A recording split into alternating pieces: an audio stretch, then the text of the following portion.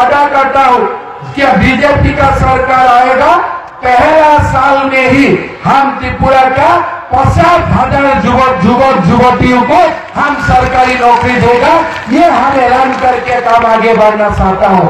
त्रिपुरा राज्ये যারা 2018 সালে বিধানসভা নির্বাচনের আগে প্রতিশ্রুতি দিয়েছিলেন তারা সরকারে গেলে পর প্রথম বছরেই 50,000 ছেলে মেয়ের সরকারি দপ্তরে কাজের ব্যবস্থা করবেন। আর তাদের 7.5 বছর শাসনে মাত্র 6 বছরের মধ্যেই আমরা দেখলাম 58-50,000 দেওয়া তো দূরের কথা, 56,000 কর্মচারী কমে গেছে ত্রিপুরায়। আপনাদের অবগতির জন্য জানাচ্ছি, আমাদের সরকার আসার পর এর আগে অনেক জায়গায় আমি বলেছি 13,000-এর উপরে সরকারি চাকরি আমরা ডাইরেক্ট দিয়েছি। এরপরেও তো মানে এর মধ্যে আরো আমাদের যে চাকরির অফার আমরা এর মধ্যে আরো দেব। আমাদের যে কিছু অফারের বাকি হয়েছে গ্রুপ ডি, সেটাও আমরা কিছুদিনের মধ্যে দেব। বিজেপি মানেই সর্বনাশ, বিজেপি মানেই ধ্বংস। বামফ্রন্ট সরকারের ঐকান্তিক প্রচেষ্টার ফলে আমরা দেখেছি ত্রিপুরা রাজ্যে একটা একটা করে শিল্প আসতে শুরু করে। আর আজকে এই 7.5 বছরের বিজেপি শাসনে ত্রিপুরা রাজ্যে আমাদের আর.কে. নগরে যে শিল্প কলকারখানাগুলো গড়ে উঠেছিল তার বড় অংশ শিল্প কলকারখানা ত্রিপুরা ছেড়ে আজকে চলে গেছে। কারণ এই রাজ্যে বিজেপি শাসনে শিল্পোদ্যোগীরা এখানে শিল্প স্থাপন করতে উৎসাহী নয়। যারা শিল্প স্থাপন করেছিলেন এই বিজেপি শাসকদের তুলাবাজির জন্যে তারা আজকে এখান থেকে তাদের শিল্প কলকারখানা গুটিয়ে তারা ত্রিপুরা ছেড়ে চলে গেছেন একটা বড় সংখ্যা।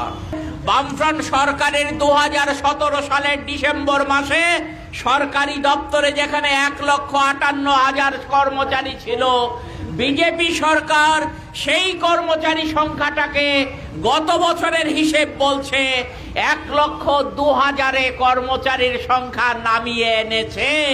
অর্থাৎ ত্রিপুরা রাজ্যে যারা 2018 সালে বিধানসভা নির্বাচনের আগে প্রতিশ্রুতি দিয়েছিলেন তারা সরকারে গেলে পর প্রথম বছরেই 50,000 ছেলে মেয়ের সরকারি দপ্তরে কাজের ব্যবস্থা করবেন। ये वादा करता हूँ कि बीजेपी का सरकार आएगा, पहला साल में ही हम त्रिपुरा का 50,000 युवतियों को हम सरकारी नौकरी देगा। ये हम ऐलान करके काम आगे बढ़ना चाहता हूँ। हमने ये वादा करता हूँ कि बीजेपी का सरकार आएगा, पहला साल में ही हम त्रिपुरा का 50,000 युवतियों को हम सरकारी नौकरी देगा। ये हम ऐलान करके काम आगे बढ़ना चाहता हूँ। আর তাদের 7.5 বছর শাসনে মাত্র 6 বছরের মধ্যেই আমরা দেখলাম 58-50,000 দেওয়া তো দূরের কথা, 56,000 কর্মচারী কমে গেছে ত্রিপুরায়। কি করবে বেকাররা? এই বেকারদের কর্মসংস্থানের প্রশ্নে আজকে এই যে রাবারের ল্যাটেক্স, রাবারের যে শীট, এটাকে রাবার কারখানায় নিয়ে যেতে পারলে পর এখানে যদি রাবারকে কেন্দ্র করে শিল্প গড়ে তোলার ক্ষেত্রে সরকার উদ্যোগী হতো যে না আমরা আর.কে. নগর সহ ত্রিপুরার বিভিন্ন জায়গায় রাবারজাত সামগ্রী, রাবারকে ব্যবহার করে কয়েক হাজার সামগ্রী তৈরি হয় আজকে আমাদের দেশে, সারা পৃথিবীতে।